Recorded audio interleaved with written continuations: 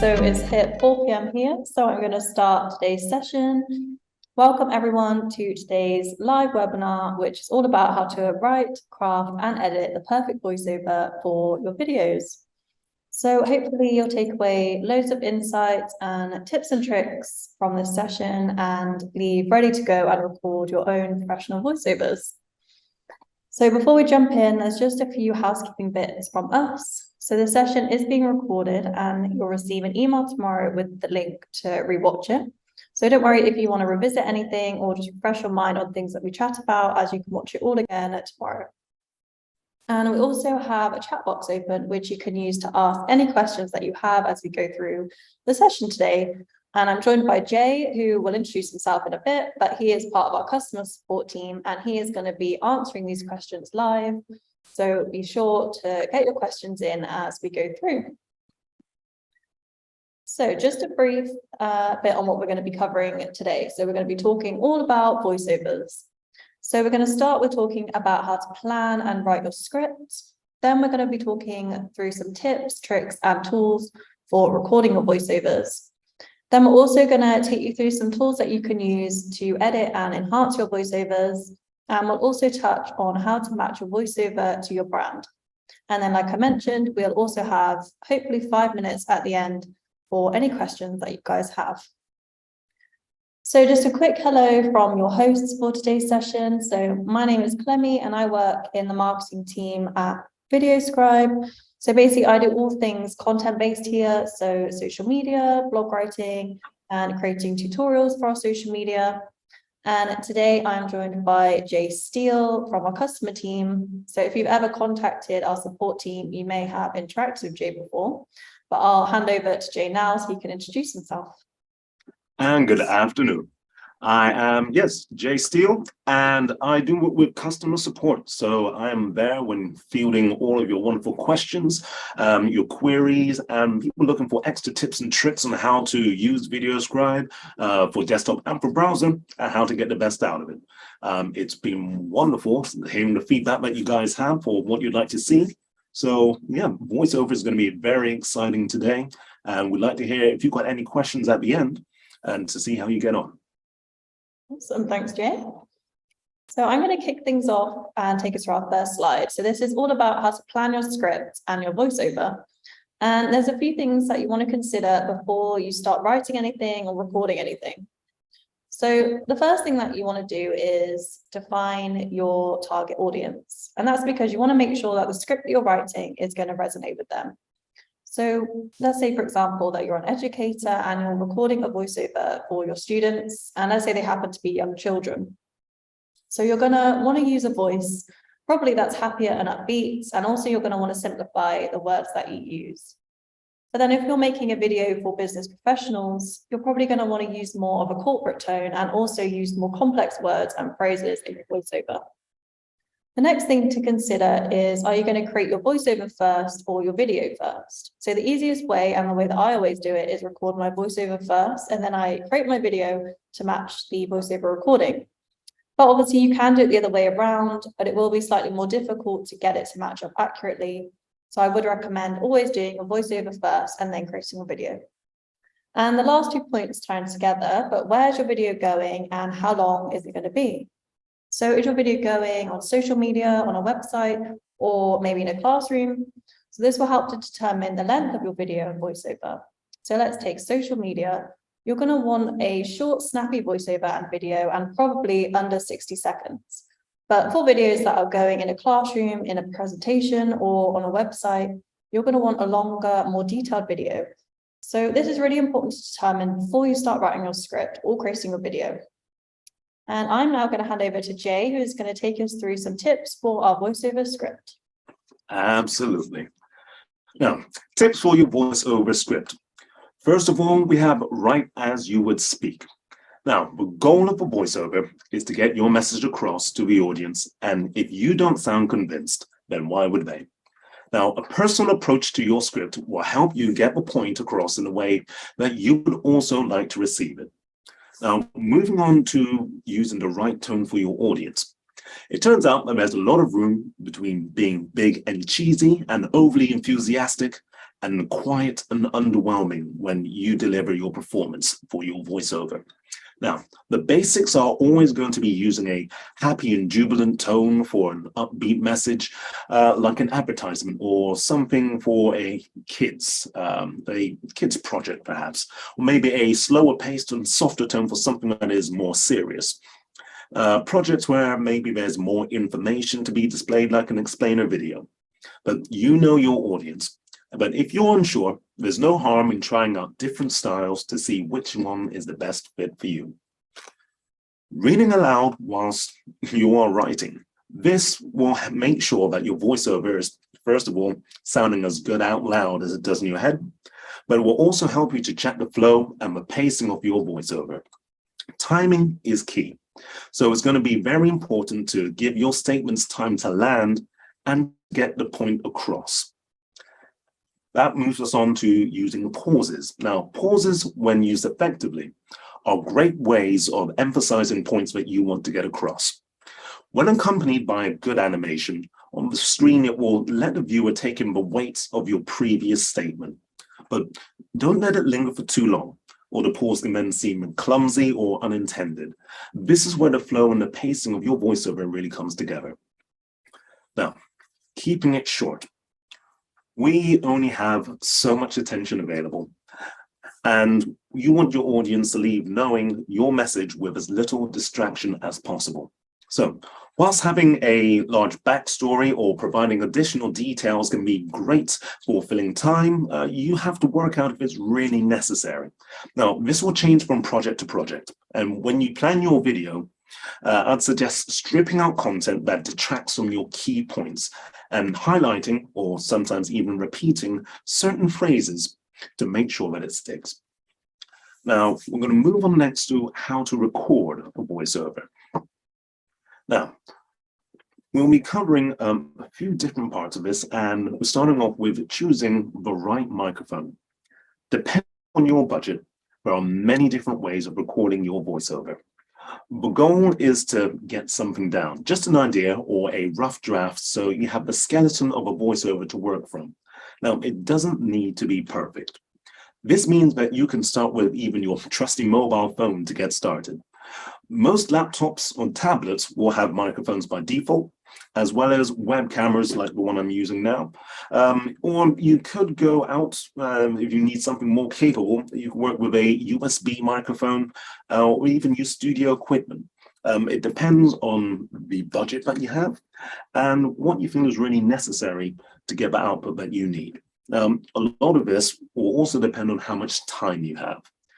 If you're laying a template for someone else to record for you, it won't really matter too much.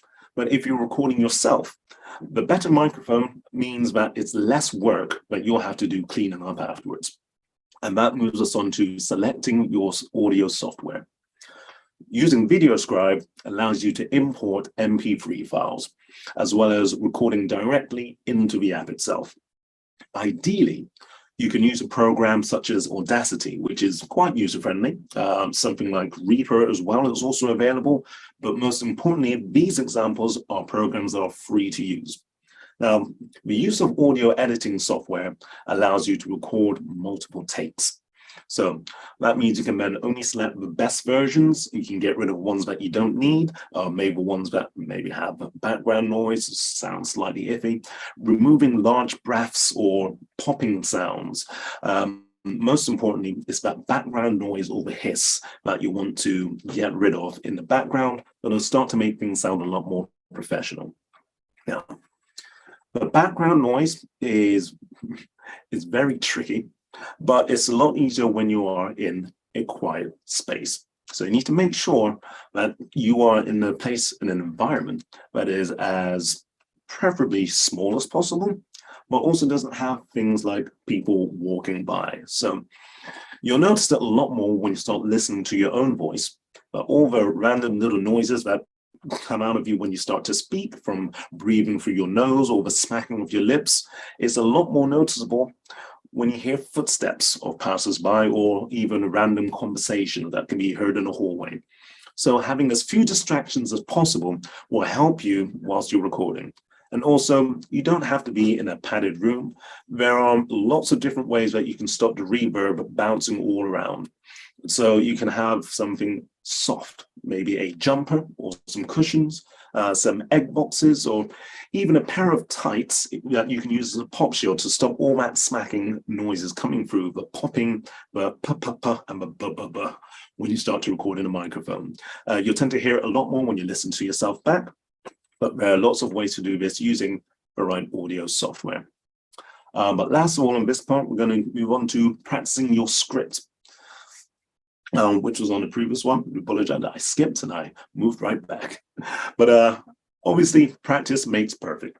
And it sounds obvious, but the more you go over your script, the less you start focusing on what words you're saying, and then you start focusing on how you're pronouncing them instead. The first take rarely sounds as good as the second. But moving on to our next slide, we're going to go on to voiceover tips and tricks. Now, don't speak too fast. Speaking too fast has the innate ability to make your video sound like a disclaimer in an insurance advert. And that's when you start phasing out on what's really being said, because it's going too fast and you really stop listening. It doesn't need to be slow, but it does need to be concise. And it means that even users who don't have English as a first language might have a chance of understanding your message. Amplifying your voice, to speak clearly and try to project your voice. Good posture, or better yet, stand up if possible, is really going to help you get those words out, and you can feel it more from your diaphragm when you're getting your words out clearly. Warming up before you're recording. You can perform basic humming or mouth exercises to warm up your voice, as well as literally drinking warm water. You'll be surprised at the difference that it makes having a fresh throat that's able to pronounce the words properly. You'll notice a lot more if you have something like a cold, the difference that it makes just having a little bit of warm but not too hot water. That can make the difference. Smiling while you're talking, which does sound a little bit cheesy, but stretching your mouth in general is a great way to work your mouth muscles, but smiling just prepares your mouth for providing clarity when you're speaking. You'll often hear the phrase smile while you're talking when people are providing presentations to calm yourself and the audience as you're presenting. But the confidence that it brings can also help to bring authenticity in your performance of the scripts. So, lastly, if you mess up, don't stop. If anything, fail often and fail quickly. It will help you learn where you went wrong and what you're looking for in that perfect recording. Personally, I've yet to meet anyone who loves the sound of their own voice being played back to them, but your job is to find the best version. So feel free to nitpick, to re-record, and put the best parts of that back together, because that is the joy of having that editing software available for you. But last of all, we also have hiring a voice actor. Now, you may have heard many voiceovers in adverts using things like text-to-speech or AI voiceovers, which are available, such as Murph.ai. You have these programs that you can just type in the text, and it will provide a voiceover for you. And you can choose the different sounds that will, so you can choose the tonality and such. Now, it's not quite where it needs to be very convincing, but they are getting there. And this means that there are options available, but they then do remove the feeling of being personable or relatable in any way. So if your goal is maybe to knock out maybe 100 different videos, and then that might be worthwhile. So you can do that in quick succession. But where you're going to value quality over quantity, I will take a less professional voiceover over one that's devoid of any character. So you might see that in YouTube ads, when you go quickly to skip over, it has a text-to-speech where it sounds quite like a robot reading out an advert over an animation. It doesn't quite sound as convincing. So another option that you have is to hire a voice actor, and there are many agencies that are available, from something like voices.com, voiceover.com, VoQuent, or even places like Fiverr. You have lots of options where you could submit a project and then they can provide a voiceover for you. I'd still suggest trying it out yourself, however, because when you start to do your own voice recorder to add to your project, you get a better idea of what you're going to need someone else to do for you. And when you understand that, you also get a better idea of what you're paying for if you then want to go on to hire an actor to do this job for you. So now I'm going to pass it back to Cami for the next slide. Awesome, thanks, Jay. So I'm going to share a couple of tools that you guys can use to enhance and edit your voiceovers. So I think Jay already touched on Audacity, but that is a really great tool for editing the voiceover. So that's really good for cropping out any mistakes. And it's also a free tool as well, and it's really easy to use. That's a tool that I would definitely recommend using for any editing needs that you have with your voiceover. And the other tool is Adobe Enhance. And I have attached a screenshot of the interface there that you can see, but it's a really, really good tool and it is free as well. So this tool basically makes your voiceover sound clearer and crisper and more professional. So it basically takes out any background noises and it sort of makes it sound like you're talking into a professional microphone. So definitely try that tool out. You just need to upload your voiceover file into it and it will generate an enhanced version. I use it for some of our tutorials and it definitely makes a difference. So definitely go and check that out. And that actually brings us to our last slide in the session today, which is matching your voiceover to your brand. So first of all, let's talk about why it's important to match your voiceover to your brand. So firstly, it helps customers to identify you. And it will help to build loyalty and consistency and also an emotional connection with your audience. So you can probably think of some bigger brands or bigger companies, and you'll probably know the voice that they tend to use in their adverts or their videos or on their website. You might even recognize them through the voice that they use. So it's really important to get your brand voice sorted. And there are 4 key steps that you can take to help you find the right voice for your brand. So the first step is really important, and it's to define your target audience. Now, you should have already done this as part of the initial planning process, but it's really important to know your target audience before you go and choose the voice for your brand, because you really need to know which voice is going to resonate with your audience the most. So definitely make sure that you define your audience before you start choosing which voice is going to suit your brand. The second step is, what emotions do you want to evoke from your videos? So all videos that you see are going to evoke some sort of emotion from you. So it could be happiness or excitement or trust, but you really need to determine what emotions that you want your audience to feel as they watch your videos.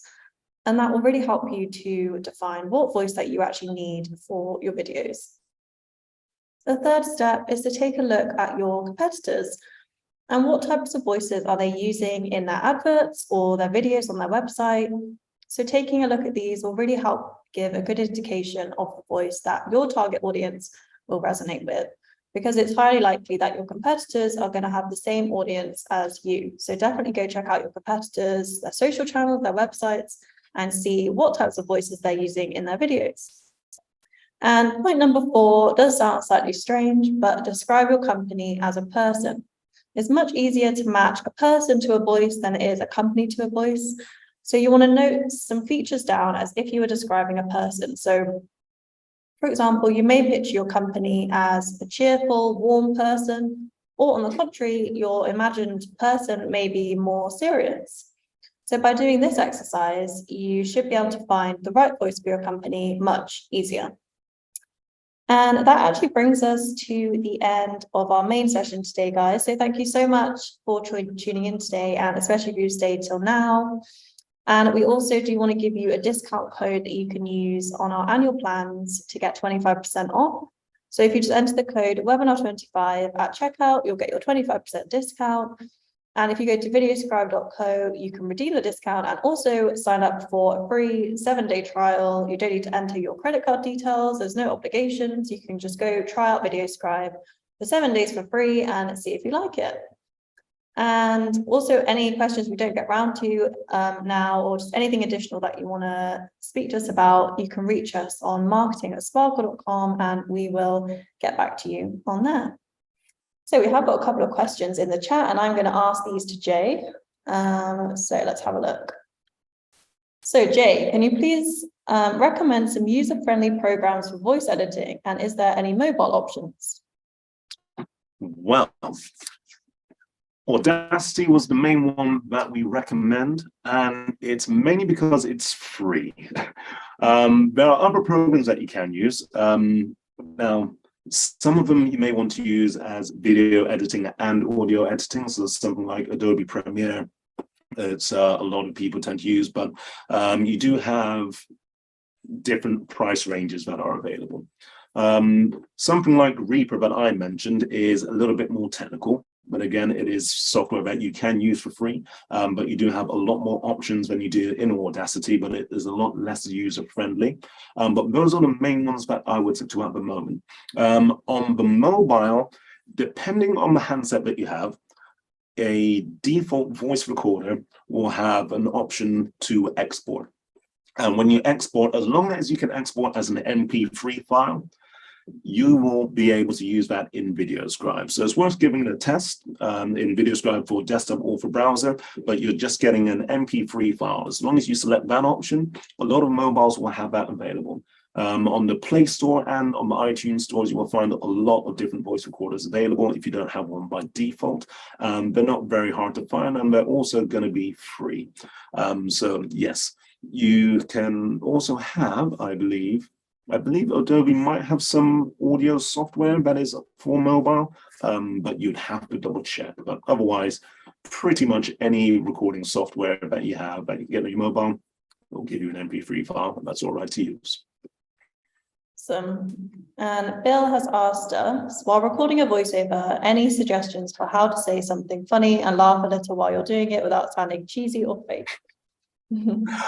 I would say record, re-record, and re-record over and over again, mainly because it's going to be very hard to say well, the more that you re-record, the less funny it becomes. And also you get used to the sound of it in your voice and in your head as well. It's coming out of your space of knowing that you understand how your voice sounds. And it's always going to sound a little bit cheesy to you, regardless of how many times you do it. But once it starts to lose its the innate comedic value, once you start to do it over and over again, it starts to feel more like a task that you have to do.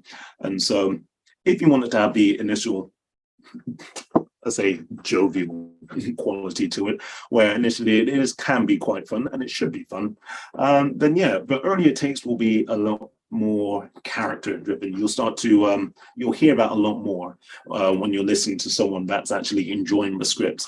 I wouldn't worry too much about being cheesy as long as it's actually authentic, because that comes across in a voiceover. But if you want it to sound perhaps, I don't know, less like a default, like an advert for, I don't want to say, but for something like a film, in your head you understand how those sort of things sound when you start to cringe a little bit when you listen to it. You can just re-record it over and over again till it gets the right amount of selling, but without being over the top. So yes, if you're worried about that, play it over and over, and I would say play it to a friend, and they might be able to tell you if you're going over the top. But I'd say try not to get inside your own head too much, because then you'll just start cringing at everything, like I do when I record my own voiceovers. Yeah, I think you almost want to be really relaxed, because, you know, if you're doing something funny, you kind of want to actually make it, you know, you're actually laughing in real life. Yeah. So, absolutely. Yeah, once you do it too much, you can get out of the cringe sort of mode, but you can start to ruin it a little bit too much for yourself. So re-record a few times and then play it back to, again, someone else, because comedy is subjective. But you're really going to tell if it's coming from the right place when you listen back to it. So yeah, get a friend, a good friend that doesn't judge too harshly. Yeah. And the person who asked our first question actually has just put another note in, just saying that he has a YouTube channel, and because of the active lifestyle of traveling, he doesn't have all the professional tools, and that's why he was looking for simple and mobile tools. Okay. If there's any mobile tools that you can recommend, I think those are the main tools that we would use, but there should definitely be apps and, easy to use tools on the go that you can use for editing and enhancing. Absolutely. Because the thing about, if you're traveling a lot, having something that you can use on your phone is great to that doesn't necessarily have to be the final version of a voiceover. Again, it's good to get a skeleton in place so you have something to work with. And maybe that once you then reach your destination, or you can get to someone that has better hardware that you can use, when you can record a voiceover again, and maybe just adjust some timing slightly. But if you're just traveling about and you just want something to fit for the moment, then I'd say that any voiceover app will do, that you'll have, whether it's on the iTunes Play Store or the Google Play Store. There'll be a lot of different voiceover ones available that will usually have features that you don't need, to be honest. Anything that will allow you to just record a voice memo, a voice note, and get it in an MP3 format will usually be enough just to lay something down that you can work with.